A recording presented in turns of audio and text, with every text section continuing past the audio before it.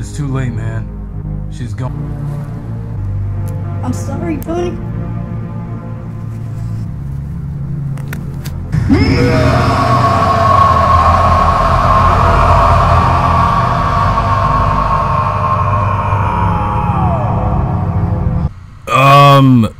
Yeah, this had to happen. Can we please stop killing off Rangers that are off duty even if the character wasn't really all that? Look what happened to Kendrix.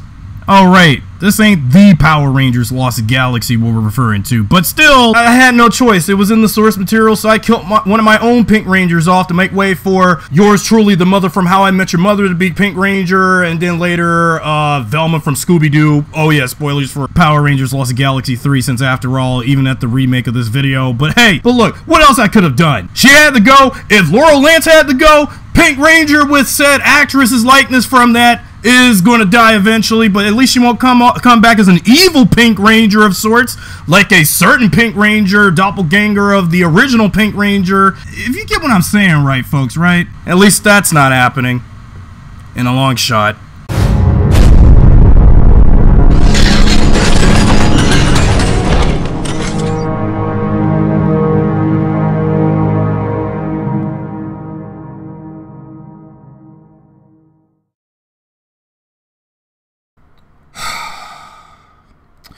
Power Rangers Lost Galaxy: The Rise of Trakeena had an original fan cast for my intended secondary Pink Ranger, whom was none other than former WCW and TNA female wrestler Daphne Unger, aka Shannon Sprill. Early September 2021, Sprill had recently died of suicide at age 46 due to mental health problems that had lingered on the former wrestler and valet for the last decade following her release from TNA Wrestling back on March 15th, 2011. The same day as my infamous pep rally incident back at Gaithersburg High School, when the fan film was almost close to finishing filming, but sadly never saw the light of day afterwards for its intended summer 2011 release, as well as trauma for how the company treated her, with intent on having some of the female knockouts that were there at the time that brought her to a career-ending sternum injury and concussion, which led almost to her downfall and demise. In the 4 years after her release, in 2015, Sprill filed a lawsuit against TNA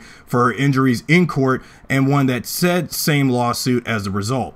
In spite of it, she was already emotionally damaged by it all. She took up drugs and alcoholism following her release and retirement from wrestling, got arrested for a DUI once in 2012, and been wishing she was already dead, which leaves me bringing up one of the darkest things to come out of the ongoing pandemic-ridden world of 2021, with its long list of notable, startling celebrity, politician, and sport athlete deaths at the time I'm re-recording this video, 9 years since its creation. There was a very, very disturbing live video Sprill posted on her Instagram telling her fans goodbye while crying underneath a bedsheet covering herself up, potentially possessing a firearm pointing to her at point range in the chest in an attempt to end her life of suicide. I did watch a bit of it minutes, if not hours, after her death was announced in the wrestling world of sports news. As a former fan of pro wrestling as of 2022, as well as the former Scream Queen of wrestling, I was in mass shock. My 2021 was already depressing enough, still due to the pandemic. To the point, hearing such news made me doubt if any of this would happen to me. After all, ever since I attempted in making a Power Rangers fan film when I was at the age I was doing it at the time in high school 12 years ago, never would I thought there would be such a curse in the years following doing Rise of Trakeena. Reason I'm bringing this up now is because someone who was dumb, young, and naive at the time, Daphne was still alive and was involved with TNA until her untimed release 11 years ago, until her death 11 years later, and because I used to be a fan of hers, but very late in the game, so to speak. I used to follow Daphne during her late TNA days during the year while I was working on Power Rangers Lost Galaxy: The Rise of Trakeena, and in an attempt to get started on this fan film series despite many setbacks in my 12 years of living in darkness when I and the fan film series began. As for her being once in WCW, however, I never grew up watching WCW back in the day as a 90s, early 2000s kid. I was more of a WWE fan back then when they were still in the Attitude Era, until that era was rearing its end with WrestleMania 17 in 2001. Right exactly around the same time WCW ended. Eventually, some of WCW's once renowned talent would go to TNA a couple years later down the line, like Daphne, starting with her parody gimmick of Alaskan Governor, at the time Sarah Palin. But boy, was she hot in her Palin cosplay, didn't she?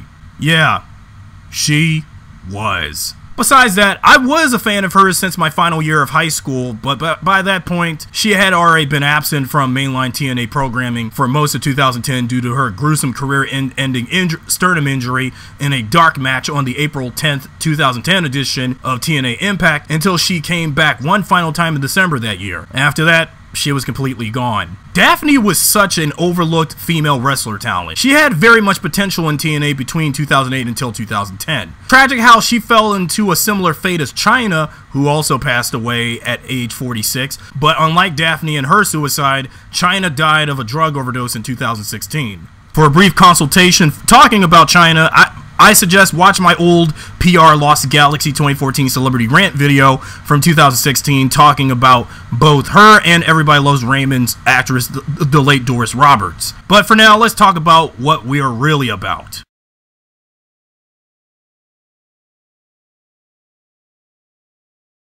I apologize for bringing up such depressing stuff like this. Yes, I know wrestlers like Daphne was never a ranger or an actress, just a fan cast, let alone one I now regret ever considering 12 years ago. Usually in these kind of videos, I would always stammer, stutter, or say laughable, cringy things regarding my fanfic film content, but what does my former passion for pro wrestling has anything to do with my current passion for Power Rangers? Well, for starters, it was 2010. Power Rangers was believed to be over by this point.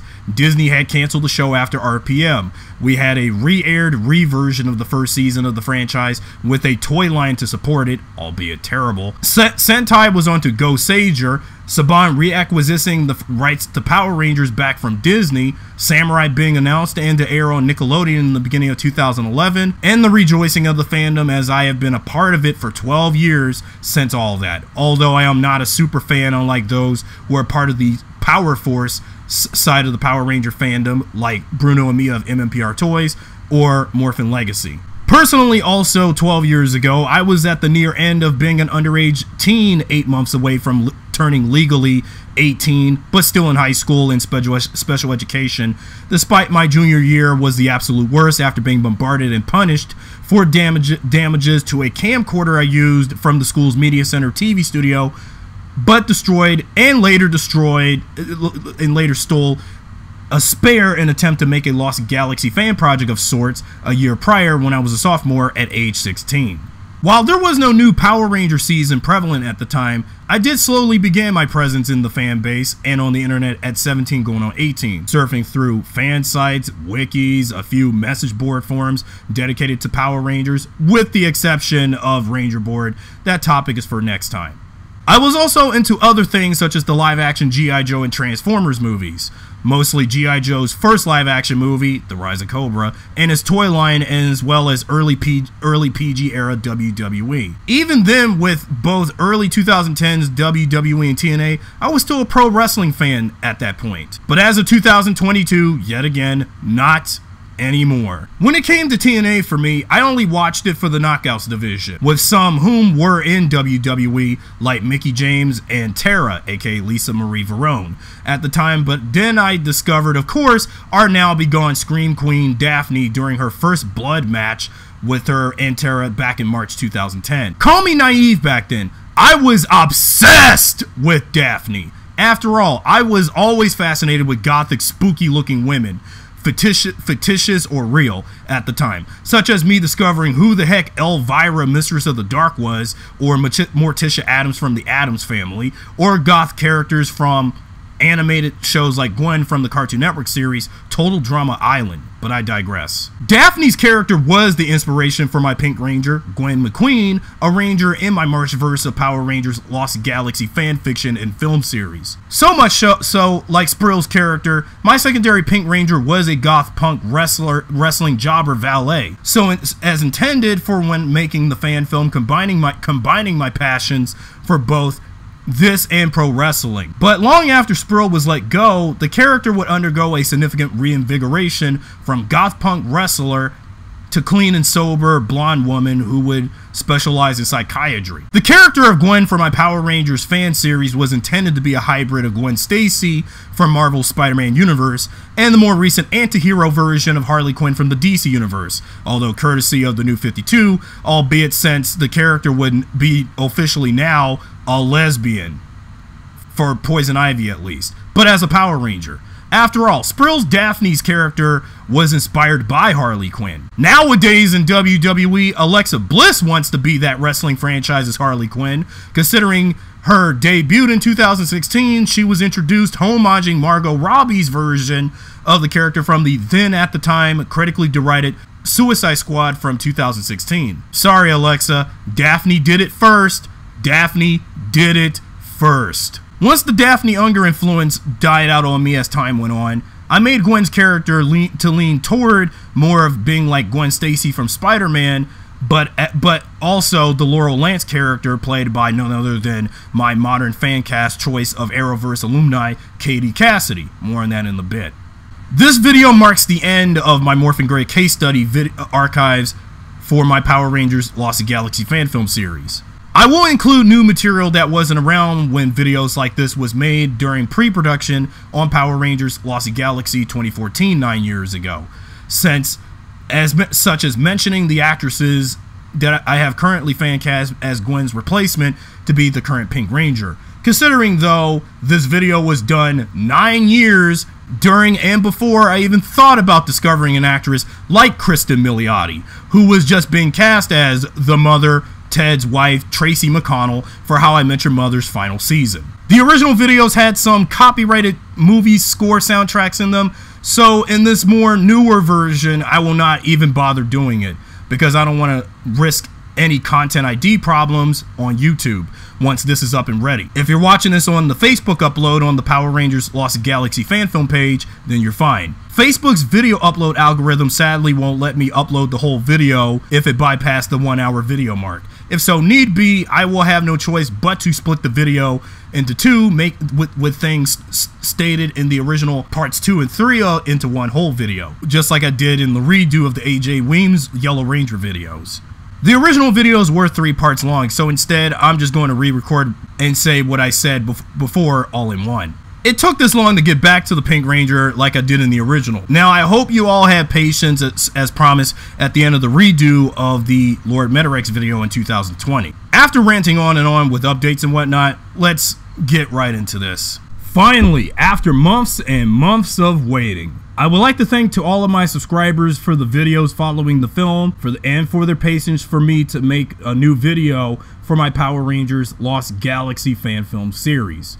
I would also like to thank, although my dad, rest in peace, bought some printer cartridges at the time so I could do the last Morphin Grid case study for my fan films and for the Pink Ranger. Gwen McQueen is a fan-made Pink Ranger that I created since 2010 in a previous Power Rangers Lost Galaxy fan film project, The Rise of Trakina, when I had originally had the part in my mind to be given to former TNA knockout Daphne, aka the late Shannon Sprill, as I discussed earlier in this. However, this is actually the likeness of actress Katie Cassidy, who was playing Laurel Lance, aka the second Black Canary, later Black Siren on Arrow, which was on the CW at the time during the first 2 seasons when I made this video originally in 2013. Arrow lasted from 2012 until not so long ago in early 2020 for 8 seasons, with its final season lasting 10 episodes. She was also the girl in shows before Arrow like Supernatural and the Melrose Place reboot, both shows on the CW. Both shows have ended. Harper's Island, a show that aired in 2009, also had her co-star with Power Rangers SPD alumni Brendan J. McLaren, who played Jack Landers, the SPD B Squad Red Ranger. Oh, saw a Power Rangers connection I did there. And why I fan cast her as a Ranger. I can see why I fan cast her as the Pink Ranger for my Power Rangers Lost Galaxy fan film series. Coincidence! Cassidy was also in films such as Taken, Monte Carlo, the 2010 remake of Nightmare on Elm Street, and the 2006 Adam Sandler film Click. I never thought about Katie Cassidy before this point as a Power Ranger if a Power Rangers reboot movie would have been made prior to the 2017 movie. I have been considering Katie for the Pink Ranger slot while I watched her as Laurel Lance on Arrow back when that character wasn't even a superhero yet in seasons 1 and 2. But man, in retrospect, Laurel was a really hated character by some fans, obviously haters online, even took heat on the actress. Look, it wasn't Katie's fault Laurel was written in a certain way during seasons 1 and 2 of Arrow. I say it's the haters on the internet's fault from back then.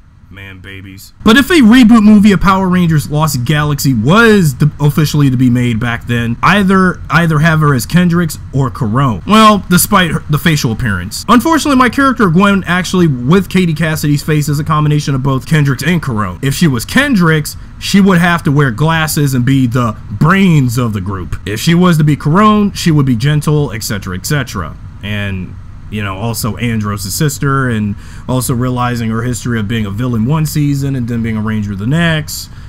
But what you gonna do? I know I'm nervous, but the Pink Ranger has always been every guy's fantasy. Even though the primary colors of a Power Ranger is red, blue, yellow, with other colors in every few seasons like black, pink, white, green, and occasionally additional colors like gold and silver, with the latter two being common colors for 6 Rangers. Even purple, but purple is rare. Really rare. Aqua as well. Although Dino Charge in its Sentai counterpart did debut an aqua colored member, making it separate from the primary Blue Ranger of the core color spectrum for Rangers. But pink! Even though when I was a kid growing up watching Power Rangers, the Pink Ranger was my crush. I was, like a lot of those growing up in the 90s, was into Kimberly. Until Catherine came along and stole my heart. Not that I don't like Kimberly. When Kat came around, I was into her at first, but she grew on me during Zeo and Turbo. But this is Lost Galaxy when regarding its 2014 fan film reboot. This is a new version of the Pink Galaxy Ranger I came up with that I created after Karone and Kendrix, but most often like Karone or Kendrix, forget it. There's hardly anything about Gwen that was even like the two at all.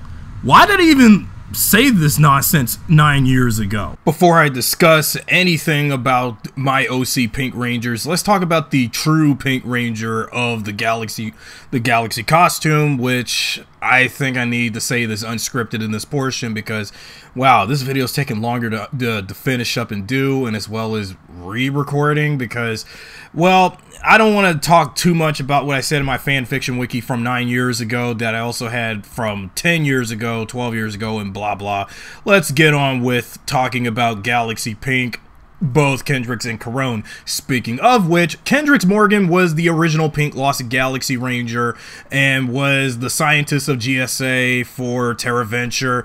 And, well, what is it about her character again? Like, over the course of Lost Galaxy, her character was really, she was just there basically, and like she didn't really had much. I mean, like there were a few focus episodes, unless if it's shared with the Ranger, like Maya, for instance, with Orion Rising or Memories of Miranoi.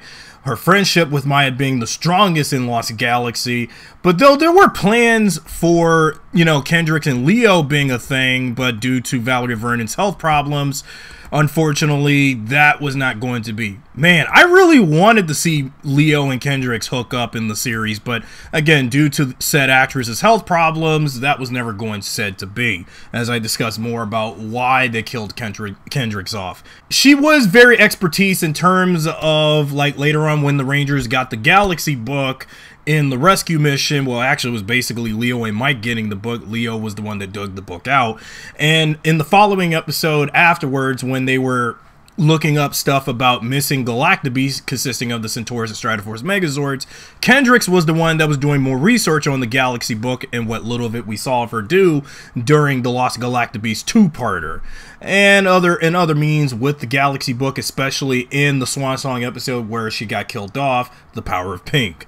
And speaking of that episode, in the team-up episodes between In Space and Lost Galaxy, when the Psycho Rangers returned, The Power of Pink is perhaps the most highlightable episode about the character, because this was the episode that is most famous with many Power Ranger fans as the episode where they actually managed to kill a Ranger off in the line of duty. While Psycho Pink, when she pulled out the Savage Sword to destroy both not only Cassie and Kendrix, but also destroy Cassie's Morpher and trying to strip her away from being, strip her away from her Pink Ranger powers.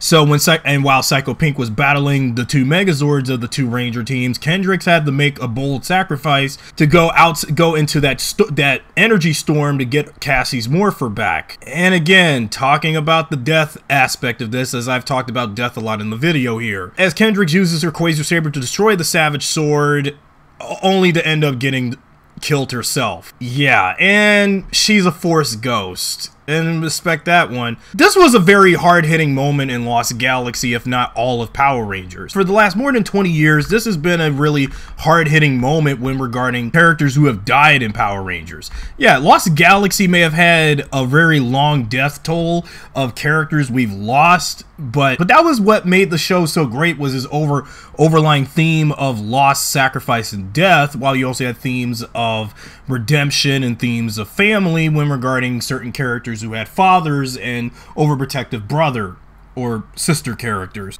But that's what the show was about. But the biggest aspect of Lost Galaxy and its character themes was death. And we've seen so many characters over the course of the season die, and knowing the fact, like I said in my 20th anniversary retrospective of the series in 2019, the three primary characters I felt that had the hardest hitting deaths was Magna Defender, Kendrix, and Villamax. But Kendrix's death will still resonate to many of us Power Ranger fans, regardless of the fact that, yeah, I was really hoping for the fact that if they did not kill her off, well, again, we didn't know that it was we were expecting this. I think this paved the way for an alumni from In Space to take over her stead as the Pink Ranger, so Lost Galaxy can finish up its run. And we also have some Giga Man footage of the Pink Ranger to burn, so we can't just do those 4 remaining Galaxy Rangers without a Pink member. I mean, again, this ain't MMPR Season 3. Originally, Patricia Ja Lee was originally going to be considered to take over Kendrix's place as the Pink Galaxy Ranger, which would have been her third Pink Ranger role, just like Catherine was during Mighty Morphin through Turbo. Due to low pay issues, Patricia was let go, and they decided to bring back Melody Perkins, who, by the way, is our beloved former astronomer turned reformed Karone, to become the Pink Galaxy Ranger. Now look, Karone was fine in the role, but in my honest and humble opinion, Kendrix will always be the Pink Galaxy Ranger to me. Even though, yeah, Karone only was the Pink Ranger just to fill in the slot in case if the show did decide to bring Kendrix back before the end of the series. And even though this was a particular peculiar behind-the-scenes reason, which is very notorious with this season's long troubled production history. Valerie Vernon, who played Kendrix in Lost Galaxy, was diagnosed with leukemia during production. Although she did underwent chemotherapy, and then by the time when those treatments, succeeded, she was leukemia free, so she would come back to close out the series on that satisfactory note that we know of it.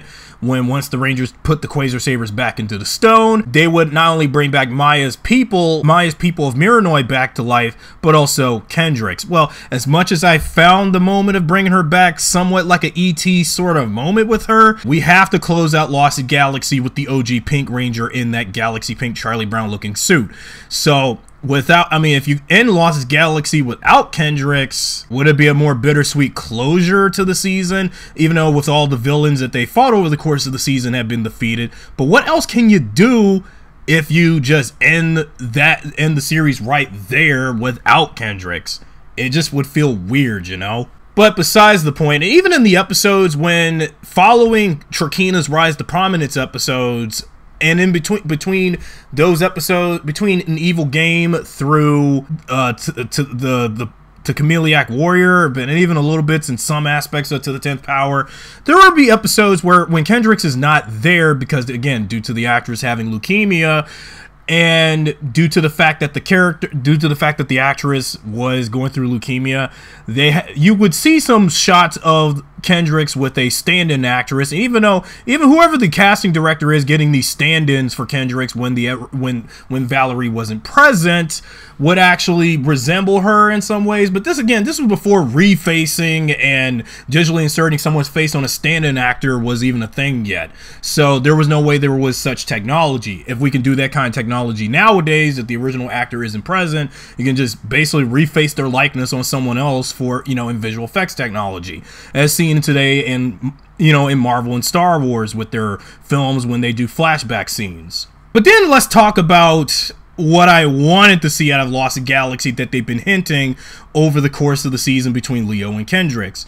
Now, I, for one, support a Leo and Kendrix relationship, but I just hope they don't go full-blown like what they did in Zeo and Turbo with Tommy and Catherine. Because the way how they did it there, well, what I liked more about Lost Galaxy, how they handled Leo and Kendrix than what they did in Zeo and Turbo with Tommy and Kat. What I liked about here than what they did with those two is that at least the relationship, while it was hinting, they had some cute moments and nods of looking at each other, smiling at each other, and we don't even hardly see them get mad at each other, but there was just moments of them being calm and such with their conversations with one another. But a lot of the time, we just don't get to see what we wanted to see with those two, apparently. I mean, there have been plenty of handful of Red Ranger, Pink Ranger romances that were hinted, but never was fully fleshed out. I get that Lost Galaxy had too many things to focus on, and as well as characters that were too much to focus on. Nothing wrong with that, but you have to have some breathing room with the amount of characters you're showing. Otherwise, you're not going to give those characters that you were hinting to have a full-on relationship with, and decide instead, well, just stick to what you think is really the strongest of those relationships, and realizing you're not going to have enough time showing off those characters having some sort of a thing for each other. Heck, I mean, Kendrix and Kai could have been a thing, but they didn't want to do that either. But again, with Leo and Kendrix, I was really looking forward for them to do a relationship between the two, at least make it more like Tommy and Kat done right, but not... I don't know, but then this would pave the way for what Time Force would do with Wes and Jen, which I've always preferred the most in terms of a Red Ranger, Pink Ranger romance. Although, as opposed to in Time Force with this season, these two would have had a romance that would have basically predate Wes and Jen in their relationship. Or even Carter and Dana in Lightspeed Rescue, the season that came after these guys, with a Red Ranger, Pink Ranger romance of sorts. But again, Carter and Dana really didn't have much of a relationship. Yeah, they were always on the team, but again, giving regulations of being a ranger, and when you're working for a certain government organization, it's against, well, workplace policy. Employees cannot be in relationships when on the job. Maybe outside your job, then you can do that, all that kissing and going out on dates and getting married and all that, but when really, I wish they should have done more of it. But I ragged on about that enough. As for Kendrix's history during the two-part team-up of Power Rangers Lightspeed Rescue Trakeena's Revenge, Kendrix briefly was reintroduced in this two-parter, and what little bit of dialogue they had of her, and with her actress fully present, even though she was already leukemia-free at this point. Sadly, Trakeena's Revenge is the final time we would see Kendrix as the Pink Galaxy Ranger, so this would hint that come Super Mega Force, when Karone returns as the Pink Ranger, that Kendrix had somehow passed on the Quasar Saber to Karone and have her resume her duties as the Pink Galaxy Ranger. One theory that I feel that I had some fan tell me that wished that one day that if they were to redo Trakeena's Revenge, since after all there's plenty of those who are fans of Karone than Kendrix, but no offense to anyone who's a Kendrix fan or Karone fan or both, but hadn't if Melody Perkins was to actually take over the Pink Ranger power from Kendrix, but even though Kendrix was dead, but then they decided to bring her back at the end. One of the few gripes I kind of do have against Trakeena's Revenge was Kendrix being slightly quote-unquote reintroduced here, but if only if they actually had Karone as the Pink Galaxy Ranger and see how Karone would interact with any of the Lightspeed Rangers, since after all, Karone would be with anybody from Lightspeed Rescue alongside with her own team and the Space Rangers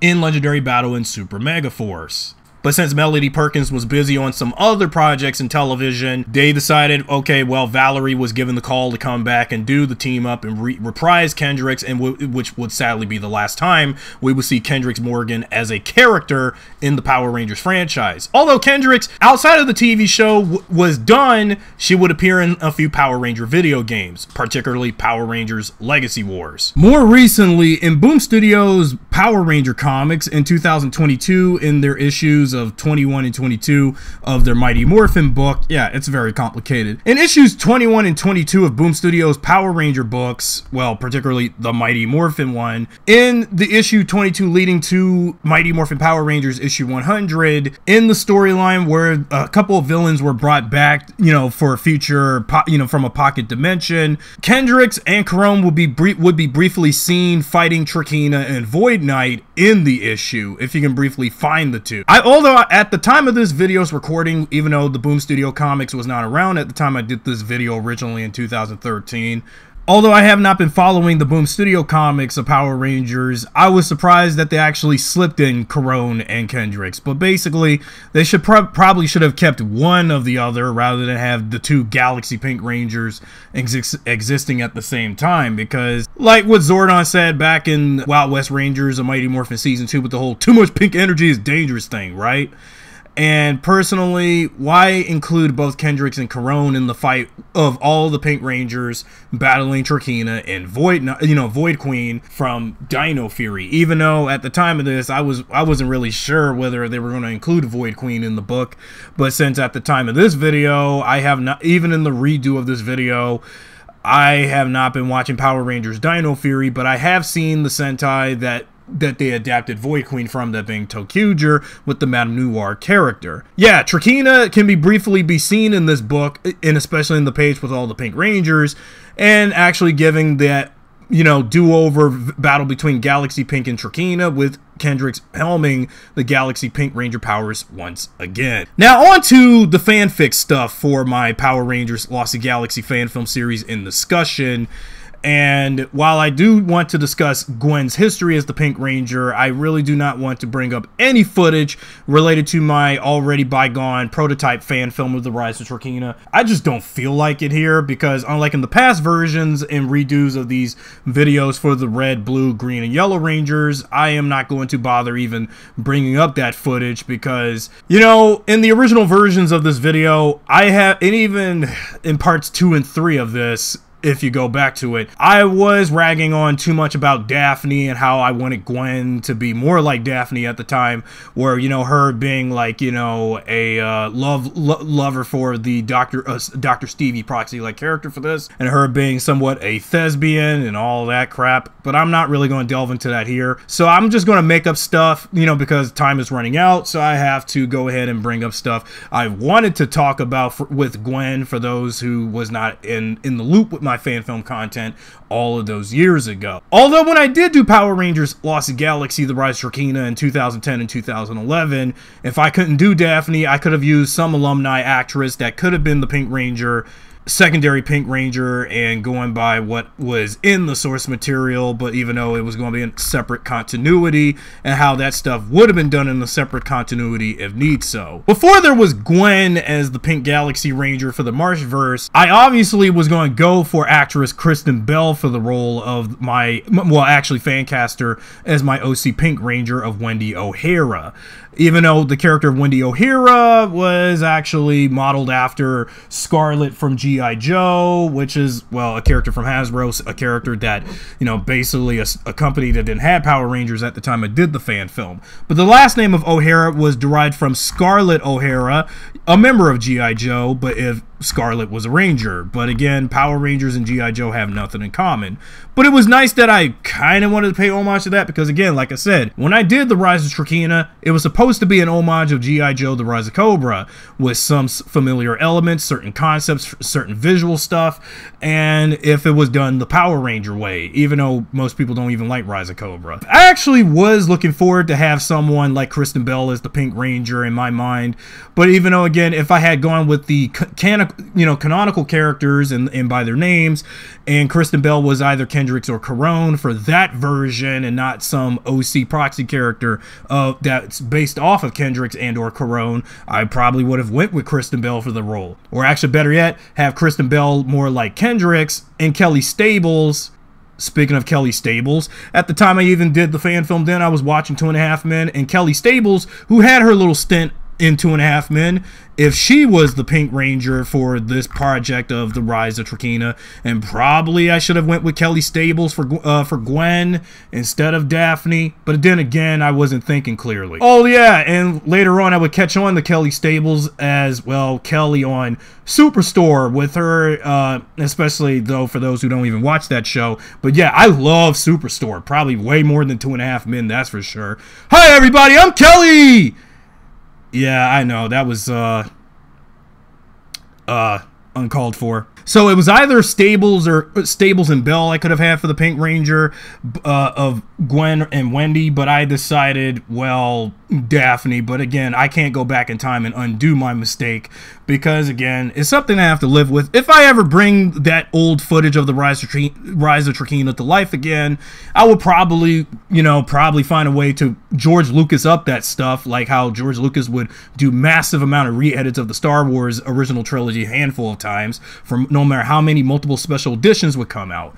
But although, again, I'm not George Lucas. Even after Daphne, there was a particular, okay, for those who don't know, there was a Batman YouTuber, okay, well, mainly a Harley Quinn YouTuber, that I also wanted to model Gwen after once Daphne was long out of the picture from the wrestling world. And, if for those who don't know, if any of you remember this YouTuber by the name of Harley Quinn Psychotherapy, the person who played that particular YouTube version of Harley Quinn for a little somewhat Harley Quinn web series that was inspired by Christopher Nolan's Batman The Dark Knight trilogy, she kind of had some vibes of Daphne to me, and I remember watching her videos way back when in late 2011, and to her last video was the last time she uploaded anything on that channel was in early 2012, and she just disappeared off the face of YouTube. And I'm not going to say her name because for those who are probably aware of her, yeah, the person behind that channel was very reminiscent of Daphne in some ways. I only watched Harley Quinn Psychotherapy, the web series, for 8 videos, and the person behind it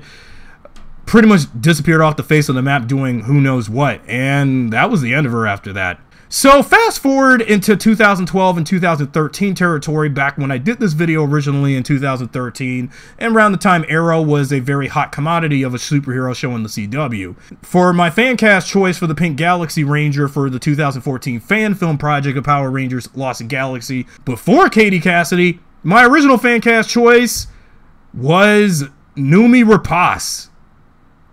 Yeah, I don't know what I was thinking about Noomi Rapace because, yeah, at the time she was in movies like Sherlock Holmes: A Game of Shadows, Prometheus, which is that prequel to the Alien franchise that Ridley Scott did in 2012. She was also in a number of things. Oh yeah, the original film versions of the Girl with the Dragon Tattoo trilogy and whatnot. But I don't think Noomi Rapace would fit as a Power Ranger, although in my early pre-development, pre-production stuff for PRLG 2014, I wanted Noomi Rapace in my mind if she was a, well, prototype proxy of what would be Metal Alice for Power Rangers Megaforce, but in a Lost Galaxy fan film, voice only in my mind. So yeah, Noomi Rapace would not cut it as a Ranger, and I think at that point she was kind of too old for it. So that's why I skewed the Katie Cassidy for most of Gwen's reintroduction for this. And speaking of, let's talk a little bit of what I was supposed to do with Gwen for Power Rangers Lost Galaxy 2014. So with all of the comeuppance of me talking about the character and having her being based on multiple characters, Gwen was supposed to be like what Katie Cassidy was doing with the Laurel Lance character on Arrow during its first season or two. And well, at that time when I was filming Power Rangers Lost Galaxy 2014, between September 2013 until April of 2014, I wanted to model Gwen after the Laurel Lance character back before Laurel would even be the Black Canary after her sister Sarah at the end of season 2, beginning season 3 of Arrow. But it was uncommon though, because I did fan cast Katie Cassidy because again, she was very unknown to me at the time. Yeah, like I said earlier, I've seen her in a handful of things before I even knew, oh, if it isn't, the actress I've seen in a few things before, like that Monte Carlo movie and, well, the Adam Sandler movie I just mentioned earlier in this re-recording of this video. But really though, Gwen was like having her in that position with the same, she fell into the same traps as like with Kendrix when she was the Pink Ranger. She was just, well, there, because basically I tried to, some things that I had planned in the original scripts for the character, I wanted Gwen to actually be more of a reformed psychiatrist for like the GSA, pretty much making her more like a psychiatrist, and then be somewhat a quote-unquote love interest for the Red Ranger, but it really was actually, well, a partner, 80 camp for the Blue Ranger of Will James. Although I don't even know what I was thinking at the time with that either, because like that's just forced character development, like forcing her to be in a relationship with the Red Ranger if she doesn't even know anything about him, even though he was chosen to be the with Tony Marshall being the Red Ranger. It was pretty much forced upon her. But again, that just go to show what kind of amount of lazy writing was on the wall and in the film. And especially if you go back and rewatch Power Rangers Lost Galaxy 2014 in this following this re-recording, that Gwen didn't really have much of a character because, again, majority of my characters are, again, paper dolls. They don't have no personality. If I actually did the fan film with live actors, like a lot of people have, prompted me to do, even if they were just, even for those in the fandom that was trolling and bullying me at age 21 at the time, then I probably should have, took some time off and developed things proper. But again, I had no experience at filmmaking at the time, and let alone doing doing a fan film for the first time in real life past high school. So that was one of the reasons why I got the amount of harassment I got at the time. And yeah, Gwen was this version of Gwen with Cassidy's likeness was supposed to be somewhat of a proxy of Kendrix, but if she was pretty much of a, well, I don't know, no-nonsense ditz or something, or maybe I should have made her just like how people who bitched out on Katie Cassidy for playing Laurel in a certain way on the first 2 seasons or so of Arrow, then I probably would have made Gwen a much more unlikable Pink Ranger, and thus come the beginning of Power Rangers Lost Galaxy, The Wrath of Trakina. If you've seen in the opening of this video and with the re-recording with that cold opening, as you've seen earlier, I had to kill Gwen off to make Ford with a new Pink Ranger who was made exclusive for The Wrath of Trakina, which was kind of a proxy of both Kendrix and Karone again, but probably leaning toward being like how Kimberly was as the original Pink Ranger with the likes of Siri. Yeah, and what actress did I went for Siri? Kristen Milioti. Now, at the time with, 2013, How I Met Your Mother was coming to an end at this point. And so Kristen Milioti was unfamiliar, like Katie Cassidy before her. To me, Milioti was very unfamiliar with me. And when I had finished wrapping Power Rangers Lost Galaxy 2014 in development on a sequel, I was planning on doing another stab at The Rise of Trakina. This time, something that I probably should have done all those years ago before that point, and with that, the redevelopment of that film. And I felt that Siri would be a way better Pink Ranger than Gwen was in my fan series because, well, she just wasn't working out. I couldn't decide whether if I would develop Gwen better or Siri better, so I decided to just kill Gwen off in favor of Siri because at the time, Kristen Milioti to me was the new celebrity crush in town for me in 2014 after How I Met Your Mother came to an end. Well, what made me want to crush harder on Milioti was she was on this one TV show I did watch following the premiere of Power Rangers Lost Galaxy 2014, the TV show that I had mentioned in a video or so on this channel outside of this, A to Z, which lasted only 1 season and 13 episodes on NBC, and it was canceled in the beginning of 2015, and I wouldn't see her again in anything else until the 2nd season of FX's Fargo TV show adaptation. And afterwards, as time went on, I pretty much fell off the Kristen Milioti bandwagon, and I decided to move on to another Hollywood actress to pine over for my Pink Ranger, especially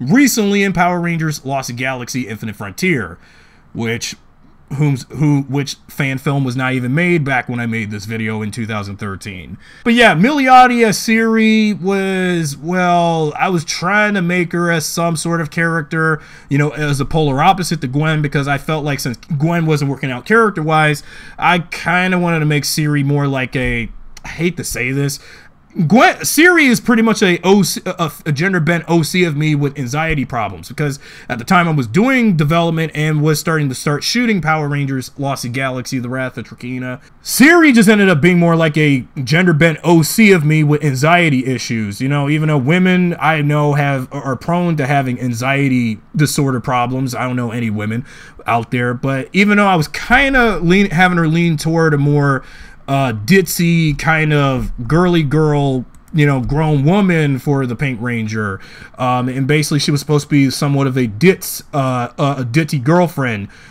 new flame for my OC Red Ranger, but in the Pink Ranger slot. But unlike, since I'm basing Gwen, since I had based all these different OC Pink Rangers of the Marsh-Verse off of Kendrix and Karone, basically as for the latter, Siri was not unlike Karone, who was previously Astronema in the main Power Rangers universe. Siri was not some pre-established villainess before becoming a Power Ranger. She was just a ranger that I just showed up out of nowhere because I thought, well, let's see how Siri worked out as a character. But then again, all of my OC characters in my Marsh-Verse wasn't working out character-wise. I wish I fleshed them out better, but instead all I cared about was developing and redeveloping a legacy villain like Trakeena, and that was pretty much the end goal, what I was doing with that film. And even the previous film, even though Power Rangers Lost in Galaxy 2014, something I forgot to mention in Trakeena's, you know, my redo of Trakeena's Morphin Grid video, featurette video, that I forgot to mention that I probably should have, you know, I was supposed to have Trakeena in Power Rangers Lost in Galaxy 2014 and redevelop her or reintroduce her as a, you know, as a legacy villain, but still retain elements of her, but knowing in fact fan fiction is not canon. But then again, what if I suppose I did some horrible plot twist where Siri in a later film was revealed to be Trakeena in the skies, or she was like Trakeena reincarnate,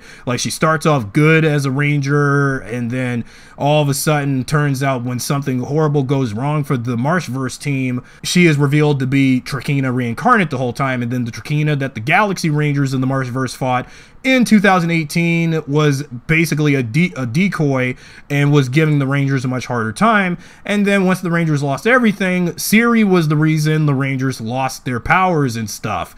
And probably, spoilers for Power Rangers Lost in Galaxy 3, the Galactabeast, the Lights of Orion, and everything else they had, even though it wasn't really well earned for the Marsh-Verse team. Because again, it just go to show what kind of problems I had with that 2014 iteration, because I wasn't thinking right and clearly at the time, because I wasn't mentally sure whether if I wanted to do this thing or not. After all, I spent nearly a whole decade on the rise of Trakeena, and I probably should have spent more time doing anything else other than that film. Even though as much as it was my magnum opus, I treated that film as though it was my child that I fathered. And once I had that child out to the world, you know, once you make a movie, when you describe it in some way, once that movie is out there for the whole world to see, but then turn around, The Wrath of Trakeena wasn't seen by anyone. It's a damn shame, really. And I really wanted people to see that film, despite how many years I've worked on Rise of Trakeena. The end result, like I said a few times before this re-recording, and even before redoing this whole video 9 years later, I kind of wish that I probably should have not spent so much time on Rise of Trakeena. And no wonder that's why I felt like betrayed by my friends, family, and, you know, my obsession and my ego got the best of me when I worked on that film. And I know I did. But then again, when you have characters that I wanted to, well, make them somewhat as homages to existing Pink Rangers, whether it be like, you know, proxies of Kimberly or Kat or Cassie or Karone or any other Pink Ranger that's not Jen Scott, for example. I really, you know, to be in the Galaxy Pink Ranger costume, I really wanted to be one of those characters to be somewhat as an homage, but again, maybe they were more like lazy homages, and with likenesses of Hollywood actresses that are part of the Screen Actors Guild that will never be in something like Power Rangers at all. And to Screen Actors Guild actors in Hollywood, Power Rangers is seen as a kiss of death. Either once you're on this thing, this is the end of your career and you won't be able to be in anything significant or bigger than that. Because then again, it's going to be, but at this point now, Cassidy, Milioti, and these actresses I aforementioned are older than they actually are now at the time of this recording again. But if they were on Power Rangers, if Saban would start unionizing the franchise to have Screen Actors Guild actors in this franchise proper, then we could probably see actresses like Katie Cassidy or whoever as a Power Ranger. But then again, it will never happen. Even with Hasbro, as of now, I don't even know whether if Hasbro wants to do Screen Actors Guild actors for Power Rangers or not. As seen as much as they had actors of the SAG to appear in their Transformers and G.I. Joe movies and whatnot.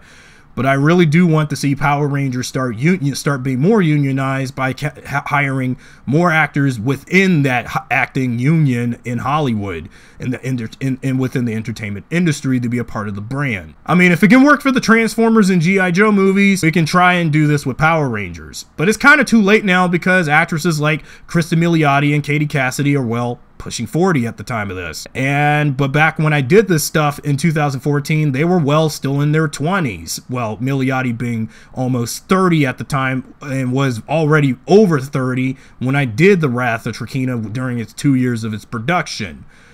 And, well, therefore I tried something, and well, what else can I say about that? I wanted to wish that if they were the Power Rangers, and were in, in the Pink Ranger slot, because the Pink Ranger is meant to be the more, beautiful looking, elegant, attractive, pretty girl, and whatnot, and the most, and also a love interest for the Red Ranger.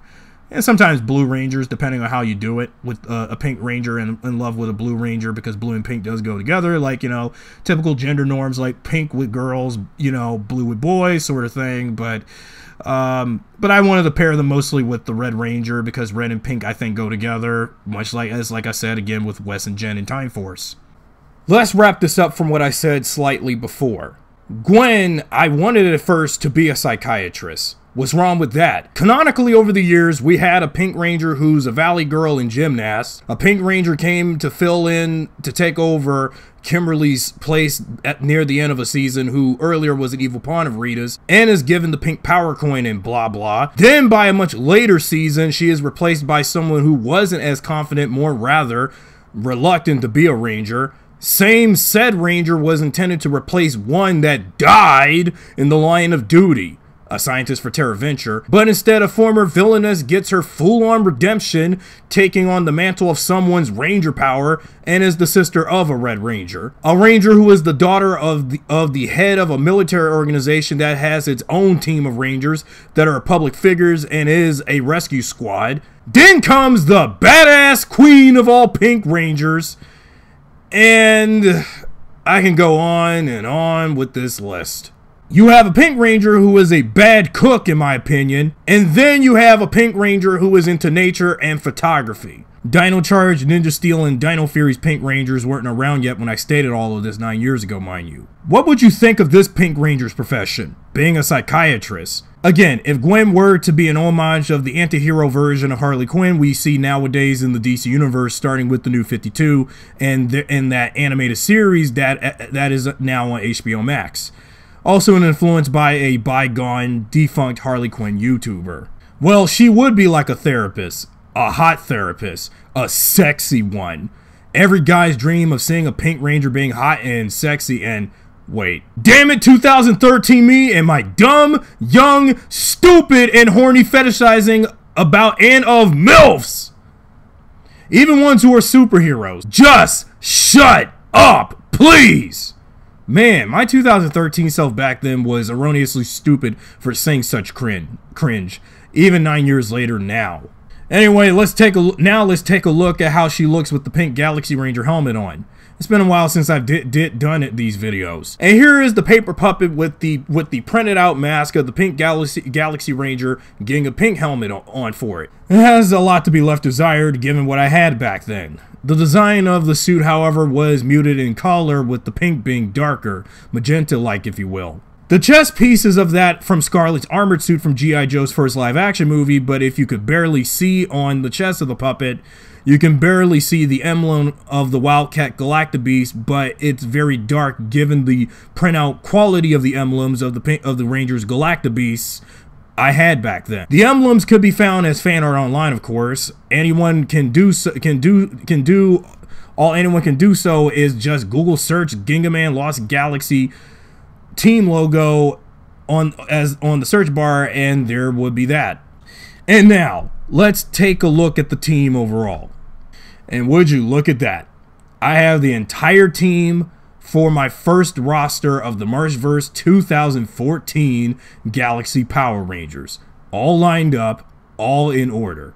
Wes Bentley as the Red Ranger, Karan Culkin as the Yellow Ranger, Josh Cook as the Blue Ranger, Don Cheadle as the Green Ranger, and lastly, Katie Cassidy as the Pink Ranger. Well, excluding AJ as the Yellow Ranger from my previous attempt of a film, even though having me in the yellow suit is kinda fruity to say the least. Well, even though this roster was the lineup I had for the 2014 film because I was going by the Sentai counterpart that Lost Galaxy was adapting from rather than having 2 girls and 4 guys in the group. But later on I would stick to that for later installments in my fan film series. If you look at the roster for my fan film content of Power Rangers Lost Galaxy now, I decided to go by what was in essence of what that team was like.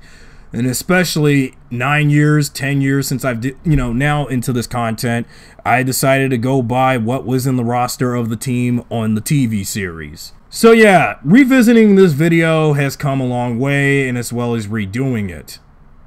So that's saying something.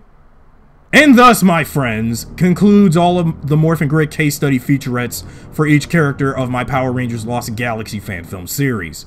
It took me over 5 years to re-edit, redux, and redo all of them, and I am very grateful. Redoing this one, however, took very long compared to my originals. Although it took a much longer pain back then as opposed to doing it now. But looking back on this video without even using any copyrighted music I had in the background, this version is kind of an improvement of what I had back then, but I still had to try to dodge bullets of what I said that was cringy and stupid of me back then at 20 going on 21 years old, but forgive me. But now that that version of that video is gone, at least you can still watch this.